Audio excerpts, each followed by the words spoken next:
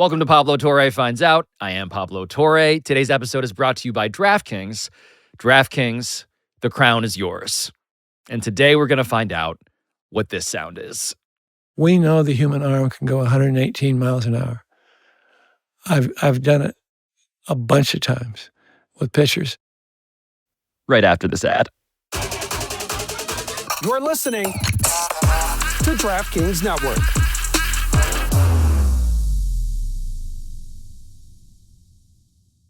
The spirit of innovation is deeply ingrained in America, and Google is helping Americans innovate in ways both big and small. The Department of Defense is working with Google to help secure America's digital defense systems, from establishing cloud-based zero-trust solutions to deploying the latest AI technology. This is a new era of American innovation. Find out more at g.co/American innovation.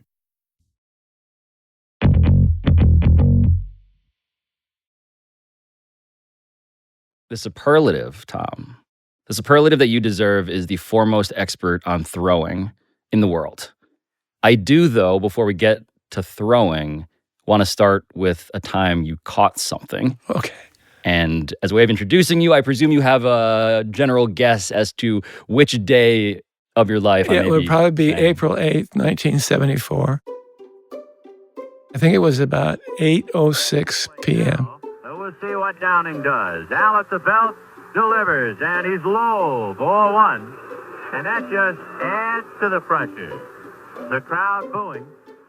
A fastball from Al Downing to Henry Aaron. High drive into deep left center field. Buckner goes back to the fence. It is gone. He hit number 715.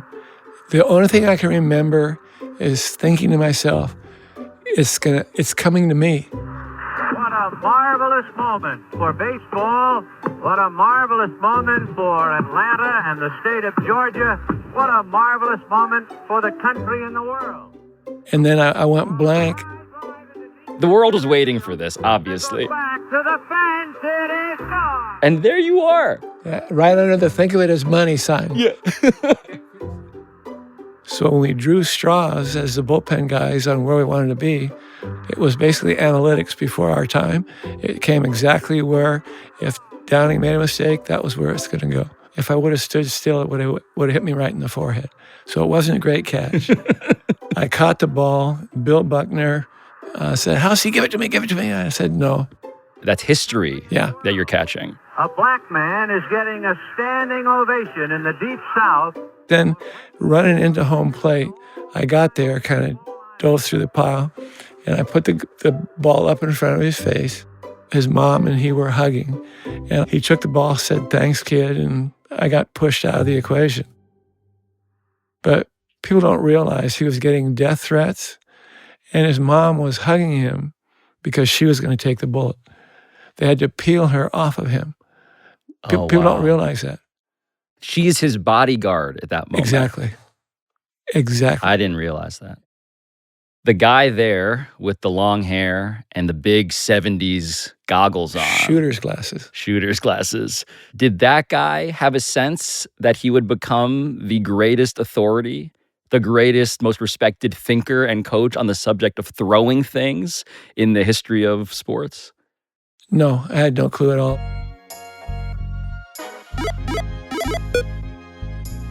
So I'm just going to assume that you have no clue who the man I'm talking to is. But what I need you to understand is that to be a quarterback or a pitcher at the highest possible level is all about precision physics under public pressure, which is, in other words, a marriage between mechanics and mind. And so when the best throwers in the world need help with that marriage, what they do is make a house call. Because Dr. Tom House is the only psychologist who is also a major leaguer and also the author of 22 books. A man whose clientele spans both football and baseball, from Tom Brady to Greg Maddux to Drew Brees to Nolan Ryan to Andrew Luck to Randy Johnson to Tim Tebow, and on and on and on and on. And typically, Tom House is a background character in the lives of these very famous people, not unlike that video of Hank Aaron that we showed you. For instance, you may have missed Tom House being name-checked by Eli Manning when Eli went viral for imitating the hip thrust routine of Cowboys quarterback Dak Prescott on ESPN.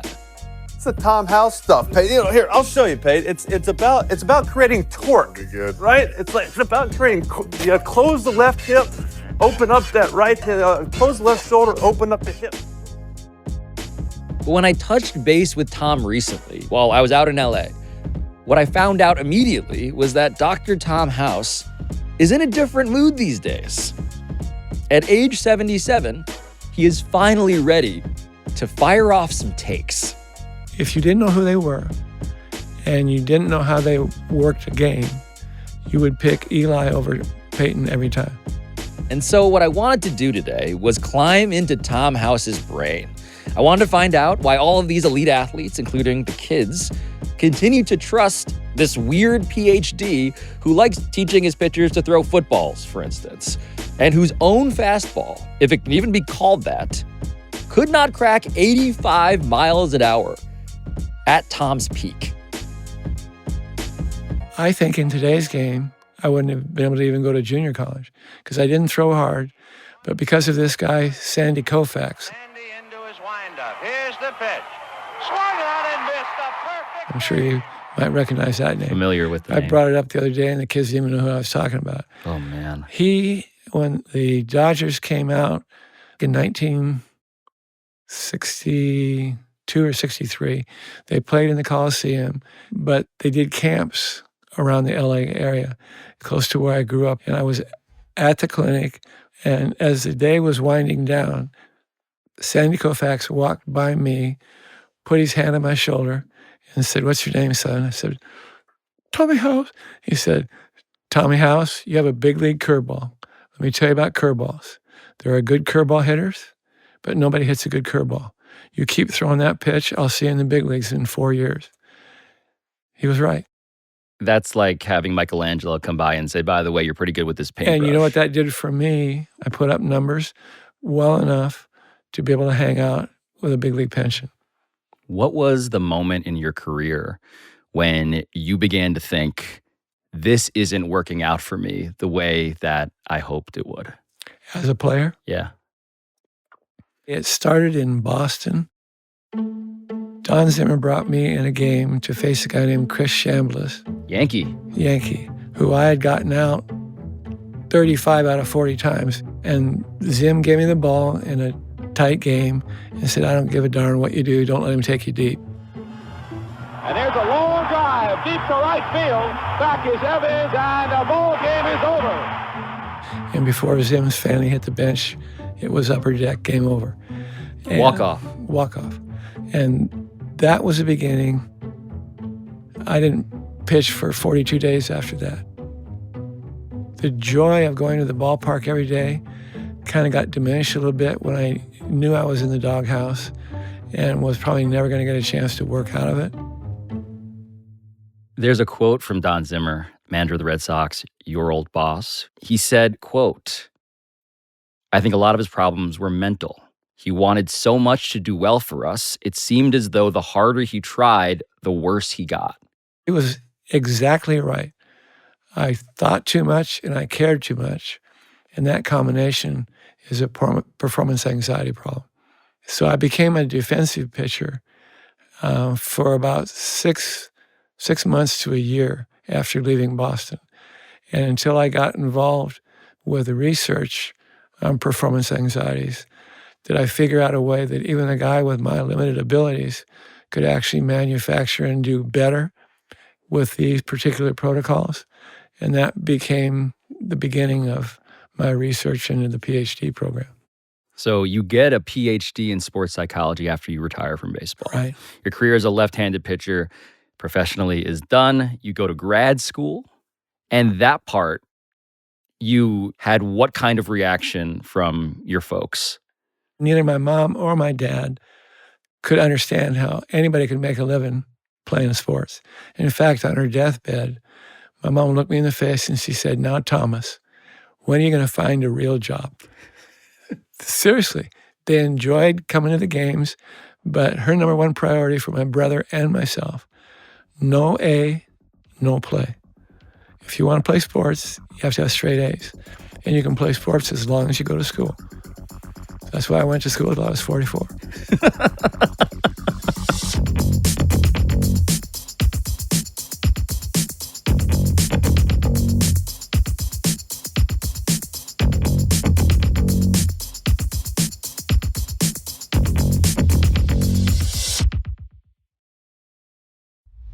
You may or may not know this, but 20 years ago, the origins of this very show were just a dream for Dan and Stugatz. That dream turned into a show and a business you're listening to today. Starting your own business is a dream lots of us share, but too many of us let it remain just a dream. Don't hold yourself back thinking, what if I don't have the skills? What if I can't do it alone? Turn those what ifs into why nots with Shopify by your side. Shopify powers millions of businesses worldwide, including 10% of all U.S. e-commerce. Whether you're Mattel or you're just getting started, Shopify's got your back. Not a web designer? No problem. Shopify has beautiful, ready-to-go templates. Need help with the details? Their AI tools can enhance product images, write descriptions, and even generate discount codes. Worried about finding customers? Shopify makes marketing easy with email and social media tools. So what are you waiting for? Turn those dreams into and give them the best shot at success with Shopify. Sign up for your $1 per month trial and start selling today at shopify.com/Batard. B-A-T-A-R-D. Go to shopify.com/Batard. Shopify.com/Batard.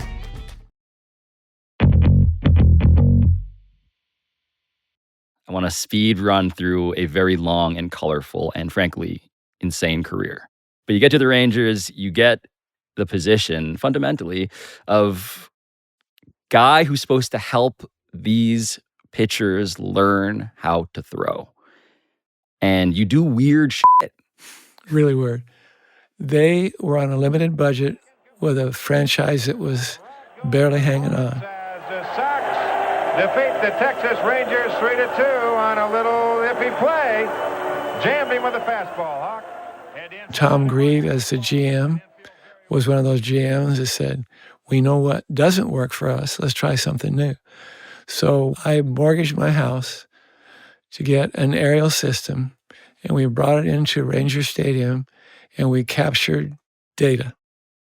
Every hitter, every pitcher that went through there. We're talking about cube and high-speed motion analysis. And we had 2 years of data. We've got measurements coming out our yin-yang. What is it that we have? I said, everybody's trying to film 1 million pitchers and see what they do. Let's narrow our sample down to 30 of the best. It's a stepwise regression analysis. Mm-hmm. And we found 9 variables, starting with balance and posture, that were dependent on anybody that wanted to throw strikes with health. And that was the year that we finished second. And that'll do it. Yankees in the 9th inning, no runs and 2 men left on base. And the final score, the Texas Rangers 7 and the Yankees 2. The throwing the football thing. The idea that here were the Texas Rangers looking like morons, throwing a football on the field before games. Yep. A key break with tradition was the use of footballs to improve baseball throwing skills. What flipped? When did that begin to get buy-in from both the team that you worked for and then broadly? When Nolan Ryan joined the Rangers and started throwing the football, at least they shut up publicly. To look at Nolan Ryan's statistics on Baseball Reference now is to be reminded what the last 5 years of his career looked like. And it's to marvel at how the fuck he got better. I'll tell you how he did. He embraced the new information like it was manna from heaven. I don't have Nolan Ryan as the guy being like, I would like the PhD nerd with the glasses to tell me how to do my job. And in fact, when he went into the Hall of Fame, he actually mentioned that Tom had all these weird ideas. But when I tried them, they worked. I was very fortunate to have a pitching coach by the name of Tom House. And Tom and I are the same age, and Tom is a coach that's always on the cutting edge. And I really enjoyed our association together. and he would always come up with new training techniques. And because of our friendship and Tom pushing me, I think I got in the best shape of my life during the years that I was with the Rangers. And Tom, I really... And he literally said, I was a better pitcher from age 39 to 46 than I was any time during the previous 39 years. So the guy who was at home plate with those glasses wears these goggles in this role, but now you're Professor Gadget. Yeah. That's what they called you. Yeah. And so it's the biomechanical stuff. It's the footage you were collecting, the analysis you were doing, the regressions that you were running. This was the 80s, and you were doing this. Think about a tobacco-chewing coach from the 50s and 60s listening to somebody like me talk about proprioneural facilitation. Can you see him? What's he talking about? It's a baseball. Throw it. About drag crisis for movement on the ball. About spin. About getting it closer. About effective velocity versus real velocity. And there was nothing wrong with it. It was just before its time. I understand that if you're going to trace this, right, Nolan Ryan to Randy Johnson, and you go down the line, and your tentacles extend all throughout Major League Baseball, and I understand how that happened now. When does the football thing at the highest level become another part of your business?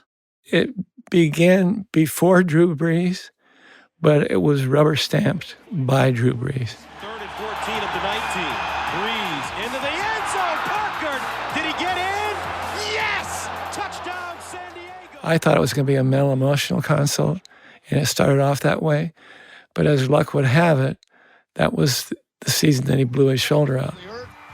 I could see that big defensive lineman land on top of him, drove his arm over his head, and then I saw Drew walking off the field with his arm locked like this and couldn't bring it down. And I said, oh, my goodness, he's dislocated his shoulder out the bottom. He and I spent the summer post-surgery in an aerobics room at the Pacific Athletic Club, just figuring out ways to make our arms work without lifting weights or throwing anything. So that became the body work that put his shoulder back to function, to where he could throw the football. And then the rest is history from there. Brees. Wide open, and Smith, what a way to do it! Most accurate passer in the history of the game.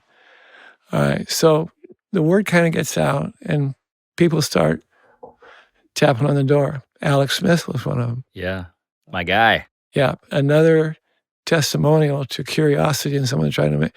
So even though it was weird, they were coming by to see what was going on. And then the quarterback that picked up for Tom Brady the year he hurt his arm, Matt Castle, was a baseball pitcher at USC. And he said, hey, Tom, is it okay if I bring Tom Brady by? I said, he wants to come by? And I said, sure. So Tom showed up, and it happened to be a day when I had 10-year-olds. I think I had a javelin thrower and a golfer besides a couple quarterbacks and a pitcher. I just like the idea of just like it's you and a bunch of people throwing some stuff. Exactly. And I can remember Tom looking and going, I'm not sure. And as it turned out, we hooked him just because of that. The stuff that he was doing that was new made him feel stuff in his delivery. And one thing that people don't realize about Tom Brady, he is demanding. When you're a coach working with him, every throw is under the microscope. What'd you see? I felt this. What should I have felt? So you're being tested. Oh, yeah. And then if he didn't think I was paying attention, he'd screw something up. Wait. Just to explain this, though. So Tom Brady would tank a throw to test you whether you're paying attention. Yes. And what he didn't realize is that I knew that he knew. The thing that was hardest for him to understand was his front side had to stay closed till the last possible second. He was taught, like all quarterbacks in his generation, to pull that front side through to get more on the ball. And it's just the opposite. If you've got a vector going this way, you can't put force on it that way or as much spin. Drew was extremely accurate with a base that was too broad. He could not throw long effectively. Tom Brady, on the other hand, could throw in the next week, but he had a base that was too narrow. So we spent a good part of the first 3 years we worked together narrowing Drew Brees' stance and spreading Tom Brady out and firming Tom Brady's front side up.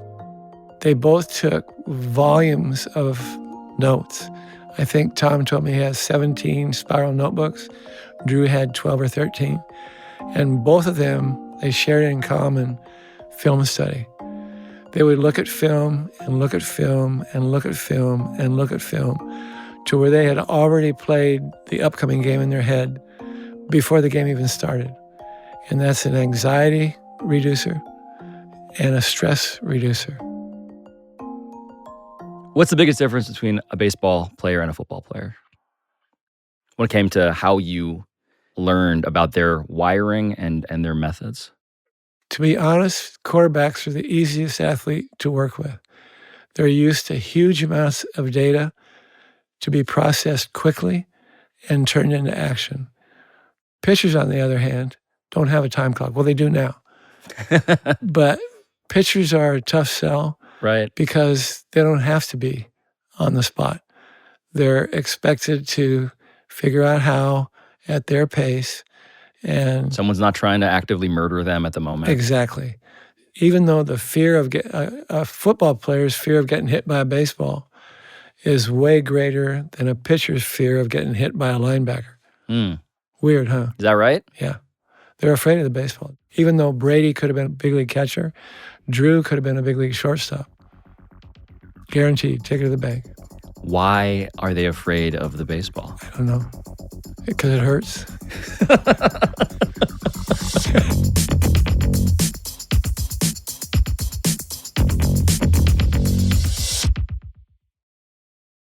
UFC 314 is headed to South Beach, so don't miss any of the action at DraftKings Sportsbook, the official sports betting partner of UFC. And it promises to be another banger night of fights, especially the featherweight main event between two evenly matched fighters. And if you're new to DraftKings, just listen up. New customers bet $5 to get $150 in bonus bets instantly. So step into the octagon with DraftKings Sportsbook. Download the DraftKings Sportsbook app now and use code Pablo. That is code Pablo for new customers to get $150 in bonus bets when you bet just $5. Only on DraftKings. The crown is yours. Gambling problem? Call 1-800-GAMBLER. In New York, call 877-8-HOPE-NY or text HOPE-NY 467-369. In Connecticut, help is available for problem gambling. Call 888-789-7777 or visit ccpg.org. Please play responsibly. On behalf of Boot Hill Casino and Resort in Kansas, 21 and over. Age and eligibility varies by jurisdiction. Void in Ontario. New customers only. Bonus bets expire 168 hours after issuance. For additional terms and responsible gaming resources, see dkng.co/audio.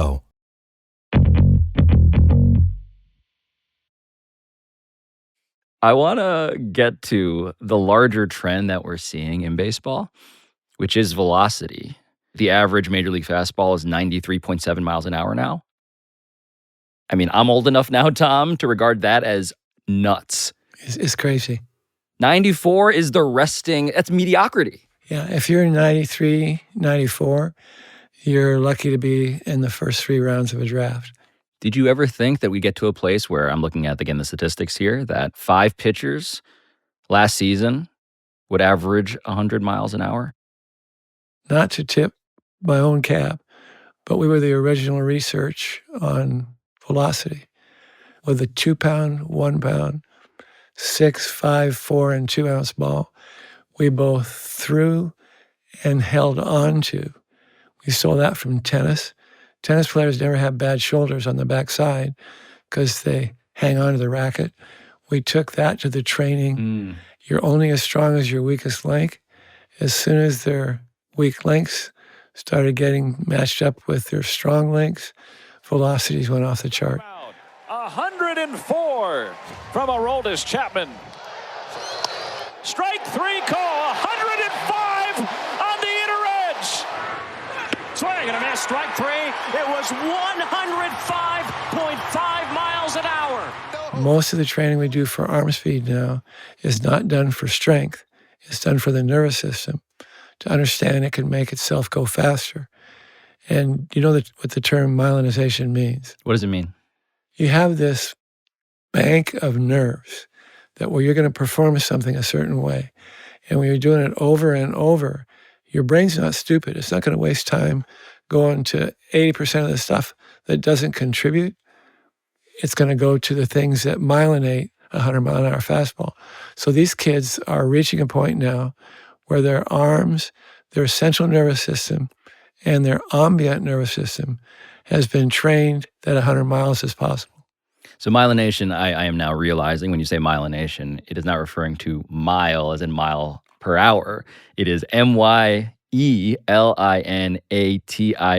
Exactly. The process of forming a protective insulating layer called myelin around nerve fibers in the central and peripheral nervous systems. Yep. Obviously. Yeah. And when you wrap that, it's a fatty tissue substance. When you wrap it with myelin, then when it gets to the nervous system and it's time to throw, that nervous system can go faster than if you spread it out over 6 or 7 different spaces. Is velocity at this point, now that it is achievable in ways and to a frequency that is kind of mind-blowing, does it feel like it's overrated? You still have to pitch. And let me throw something at you you can laugh at over the next few years. We know the human arm can go 118 miles an hour. I've done it a bunch of times with pitchers. Can they do it for a game, a season, an inning, whatever? Haven't figured out how yet. The ceiling, though, is 118. Maybe not an everyday pitcher, but it's possible. I mean, everything I'm looking at research-wise says it's possible. The mechanics of Randy Johnson, the 105 guy from Cuba. Aroldis Chapman. And we looked at all those hard throwers. And if you mixed and matched all of them, then you'd have the guy that's throwing 118 today. But steroids, everybody beats up. Yeah. And rightfully so, because it was illegal. Don't necessarily mean you can be skilled. Did you ever do steroids, Tom? I did. Not because I was a genius or whatever. I wanted to find out if what they said was true. And I threw 84 miles an hour when I weighed 170 pounds. I threw 84 miles an hour when I weighed 210 pounds. So steroids didn't do anything for me except blow my knees out. You're a bad pitch man for steroids. Yeah. The thing that amazes me is a hitter should not be able to catch up with 105 miles. Yeah, I was going to say, let's turn the camera around the other way now. You're at the plate. If you add together the time it takes the best hitter in the game to swing at a pitch, he should not be able to hit 105 miles an hour. The times don't add up, but they do.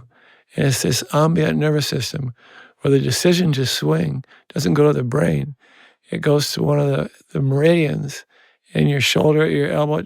It's like when you touch a hot stove, your finger comes off before you know it's hot. Right. That's what's happening with hitters. You're moving faster than your brain can actually articulate the thought. Exactly. And I swear to God, when people say that hitting is the single hardest thing to do in sport, yes, times 10.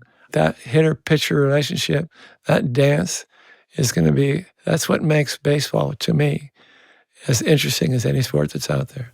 Just fact-checking Greg Maddux, for instance, right. A guy you worked with, who is famed as the craftiest. He is the Drew Brees of pitchers. Average velocity, right?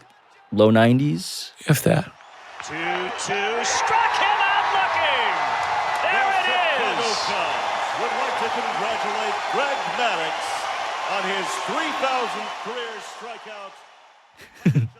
strikeouts. But the genius of Greg Maddux, he threw the velocity where he had the most movement.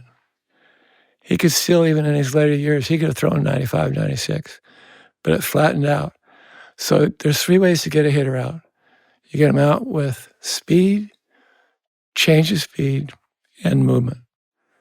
All right? And he was a genius at all those.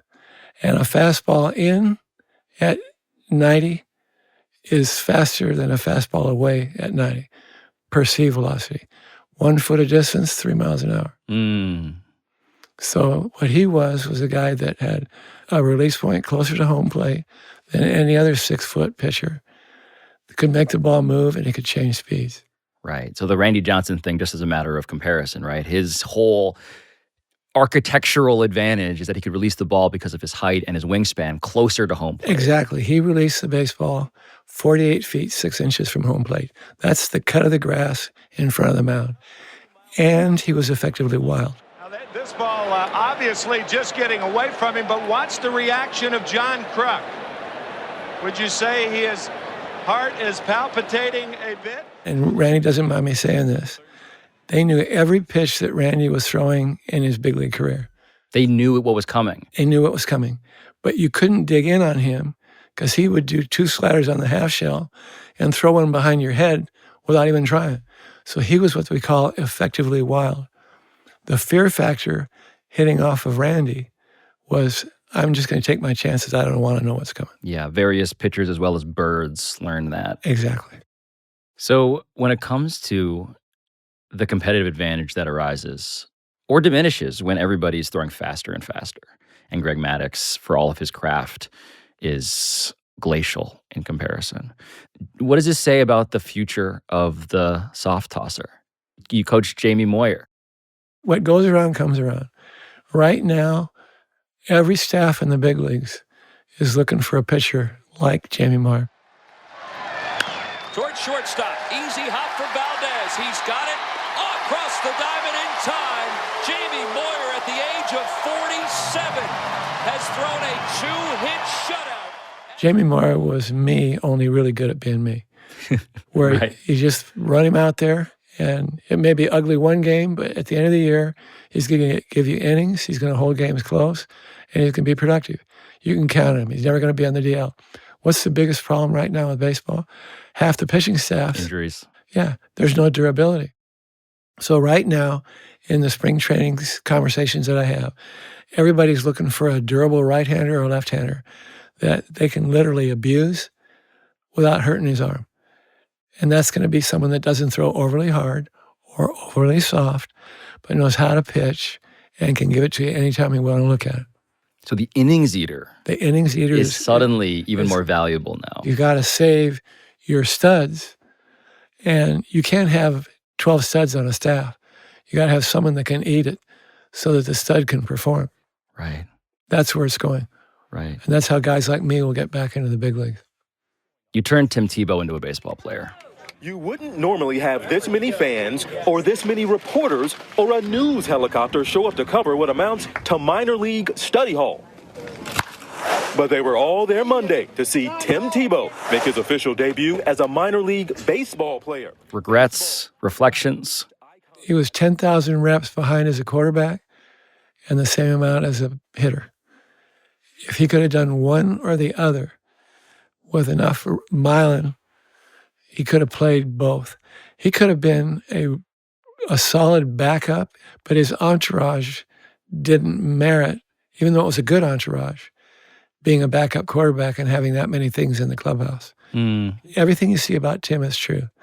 But again, he was short on reps as a quarterback, throwing, and short on reps as a hitter, hitting.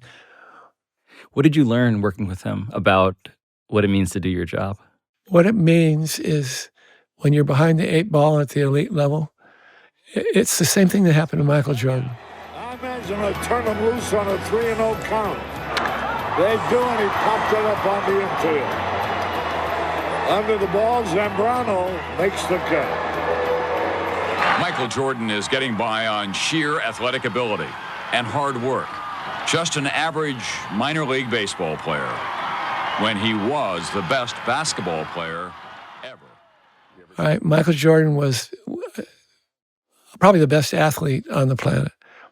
But when I threw batting practice to him, I looked him right in the face and I said, as long as your is pointing down, you're not going to hit the ball in off the plate. Long arm man, in, can't hit. If he would have played baseball from the start, he probably could have been a really good big leaguer. Could you turn someone like Lamar Jackson into a pitcher? I'll tell you what, he's a pretty good athlete. You just hate it when you find it on Monday and not during the game. Jackson Look at that cut. Look at the Ravens down the field, and it's caught by But again, being on a mound with the bases loaded in the bottom of the ninth is different than being behind center with 20 seconds going in the last quarter. You're out there on an island by yourself, and I don't know if he has that makeup. If you're a pitcher and you can't make a pitch in that situation, it's toast. So the similar question, right, of could you turn Paul Skeens into a quarterback? He's made it 6 in a row to start the day. Paul Skeens. No, he couldn't. He's too wired to pitch a baseball. Now, he throws a football. I don't know if you're aware. No? But he throws a football. Of course he does. As part of his training program. This is just speed round now. Do you think Shohei Ohtani should keep pitching? No. No. I think he's a hitter. He's proved all he needs to throw, all he needs to do as a pitcher. Against Miguel Vargas. Swing and a miss. Shohei Ohtani, the spectacular one, with his 11th strikeout of the night. I think his value to the ball club is on the field every day. And I'm going to say this with, I hope I'm wrong. I don't think his shoulders can handle it. What are you seeing there? It's a combination of a bunch of stuff. Primarily the thresholds with heavyweight training are really good for hitting, but not good for pitching. And the everyday stresses of throwing down the hill, when you generate energy on flat ground, the most you can get out of flat ground is about 4 times body weight in foot-pounds of energy. When you're going down the mound, you get about 6 times body weight. I don't think his shoulders can handle that, the deceleration. I haven't ever worked with him. I'm only looking from afar. I'm looking at his mechanics are very good. His makeup is outstanding. He's a dude. But I don't think his body can do both. But the pleasure, did you watch him and... With awe. Self-evidently, unprecedented. Right. But you're saying for his own long-term interest. Yes. Just hitting. I think his Hall of Fame life is going to be from an everyday player.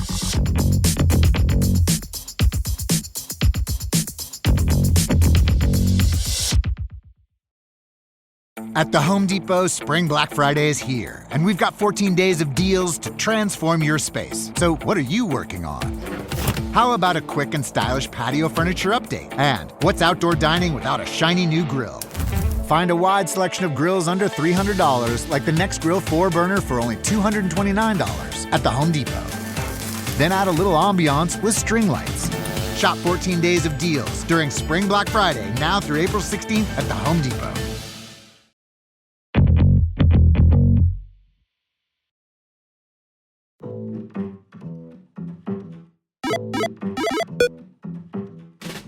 So by this point, I think it's clear that I could talk to Dr. Tom House and mine his brain for takes on the future of sports for an extraordinarily long time. Tom, the more I think about it, was a pioneer. He was using science and regressions and video analysis to evolve the art of throwing, melding it truly with rigorous psychological study, turning it all into a science. And all this was decades before the value of that scientific analysis became self-evident and omnipresent in some form all across sports. But the skill Tom has that is even more rare, the skill that so many data nerds still can't hack their way around, is the thing that I consider his real gift. The gift of communication. It's his ability to articulate what is in his head to others, to really connect with the people who are searching for his wisdom, me included. And Tom's future in that regard is something that I wanted to find out about, too. How did you discover that you had Parkinson's? I love to throw. And I was one of the best BP pitchers in the history of baseball. And I noticed when I was throwing BP, the ball would get away from me. I'd throw a ball that would hit someone in the foot. And I also noticed when I was walking that I was shuffling and leaning forward. And I thought, okay, something's wrong. When I got tested, thought I had a brain tumor or something. Couldn't find anything there. And then one of my best friends, we were walking toward practice range. He said, Tom, I think you have Parkinson's. I said, all right, how do I find out? He said, call this guy. So I got tested, and I did. And they figured I'd been misdiagnosed for about 3 years. So I've had it for about 18 years.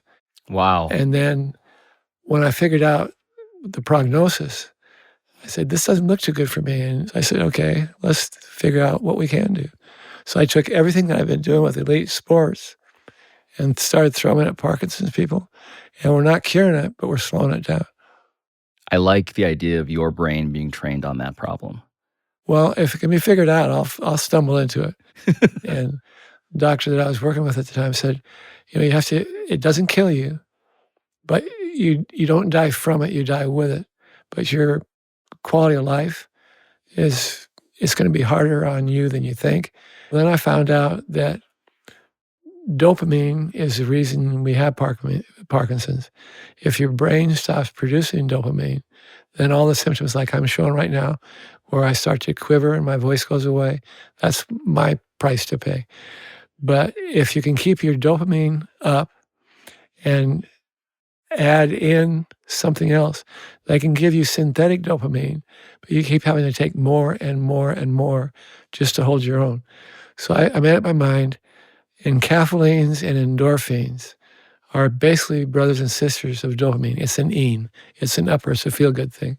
And they've taken my skin cells.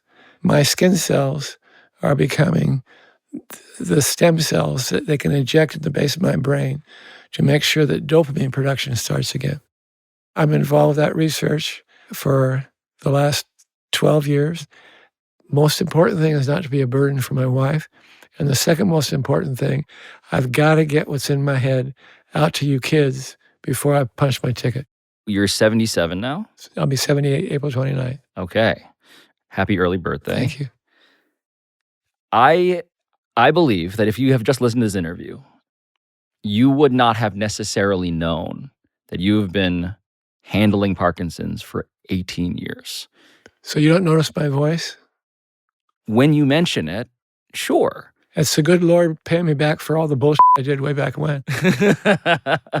But I read at one point, it was an interview you gave in August 2021, that you were preparing to go on vacation for the first time in your life. Yeah. I've been on a vacation my whole life, being able to play. I've never worked a day in my life. I'm playing every day. And the joy of going to the field and working with a 12-year-old or coming and hanging out with you still keeps me going. And I'll be driving home tonight. My adrenaline will carry me because I had a really good time doing this. Yeah. And you brought memories back that haven't come to the surface for a long time. So thank you for that.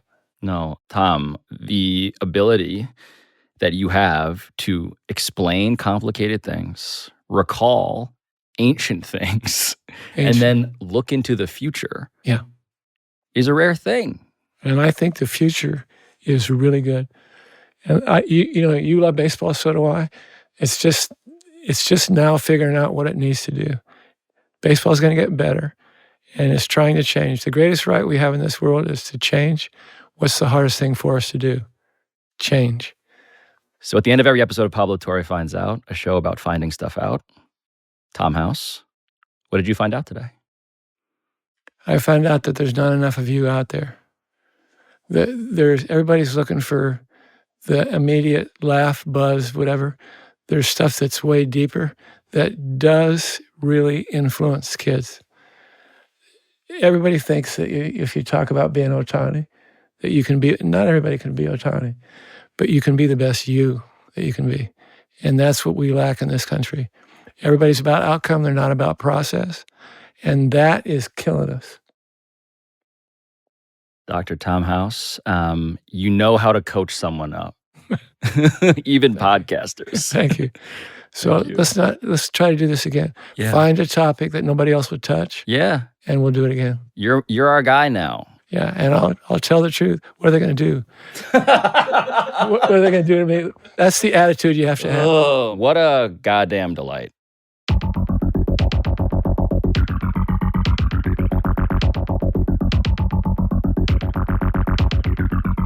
This has been Pablo Torre Finds Out, a Meadowlark Media production. and I'll talk to you next time.